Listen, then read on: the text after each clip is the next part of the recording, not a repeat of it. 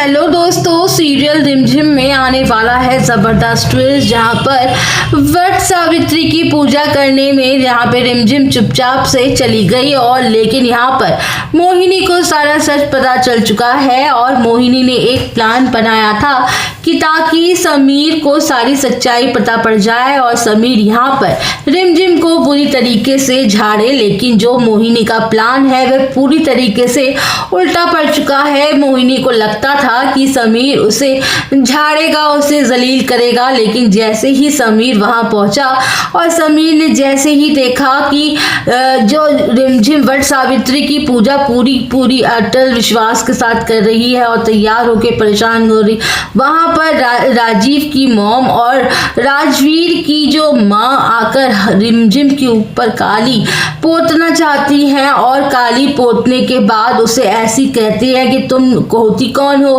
तुम्हारा कोई पतिवती यहाँ नहीं है, पति भी नहीं है, वह तुम्हें अपना थोड़ी ही रहे। इतना कहने के बाद ये सब चीज समीर सुन लेता है। समीर आता है और लेता है रिमझिम को अपने हाथों में और कहता है कि राजवीर की माँ से कि कोई जरूरत नहीं है काली एक पोतने की, और रोक देते हैं उसके हाथ को और कहता है कि मेरी पत्नी रिमझिम है, मैंने इसके साथ 7 फेरे लिए हैं, अग्नि को साक्षी मान के वचन दिया है और ये मेरे लिए ही वट सावित्री की पूजा कर रही है। और इस बात पे गले लगता है रिमझिम के और रिमझिम से कहता है कि जाओ अपनी पूजा पूरी कर लो। और इस बात को दूर से मोहिनी देख रही होती है और मोहिनी के पैरों तले से जमीन खिसक जाती है कि आखिरकार जो प्लानिंग एंड प्लॉटिंग कर रही थी वो, उसे लगता है कि समीर तो नाराज हो जाएगा जब वह रिमझिम को इस हालत में पूजा करते हुए देखेगा, क्योंकि उन्हें तो मना किया था कि कोई भी लोग बताना नहीं,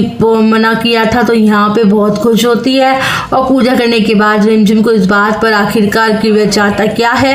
लेकिन अब पूर्णिमा की रात अनाउंस होने वाली है, समीर और रिमझिम दोनों पति पत्नी है, क्योंकि अब पूरी दुनिया में खबर फैल चुकी है वट सावित्री व्रत की पूजा की वजह से कि समीर और रिमझिम दोनों पति पत्नी है। और पूरी भरी सभा में समीर ने यह ऐलान कर दिया था कि रिमझिम मेरी पत्नी है। तो यहाँ पे पूरी मीडिया के सामने समीर को आना पड़ेगा और रिमझिम को अपनाना पड़ेगा, तो भले ही बिना मन से, लेकिन अभी अपना तो लिया ही है, उसे तो दिल से भी अपनाना पड़ेगा। आने वाले एपिसोड में रिमझिम बहुत खुश है कि उसको वट सावित्री की पूजा का फल मिल गया, उधर भी मिल गया। आने वाले अपकमिंग एपिसोड में देखने को मिलेगा कि यहाँ पे दोनों बहुत खुश होने वाले हैं, लेकिन वहाँ पर समीर बहुत नाराज होगा रिमझिम से कि आखिरकार उसने व्रत क्यों रखा, उसे बताया भी नहीं था इसके बारे में। दोनों के बीच में ऐसी प्यार भरी नोकझोंक चलती रहेगी, लेकिन ये नोकझोंक कब प्यार में तब्दील हो जाएगी ये दोनों को नहीं पता चलेगा। ऐसे में आज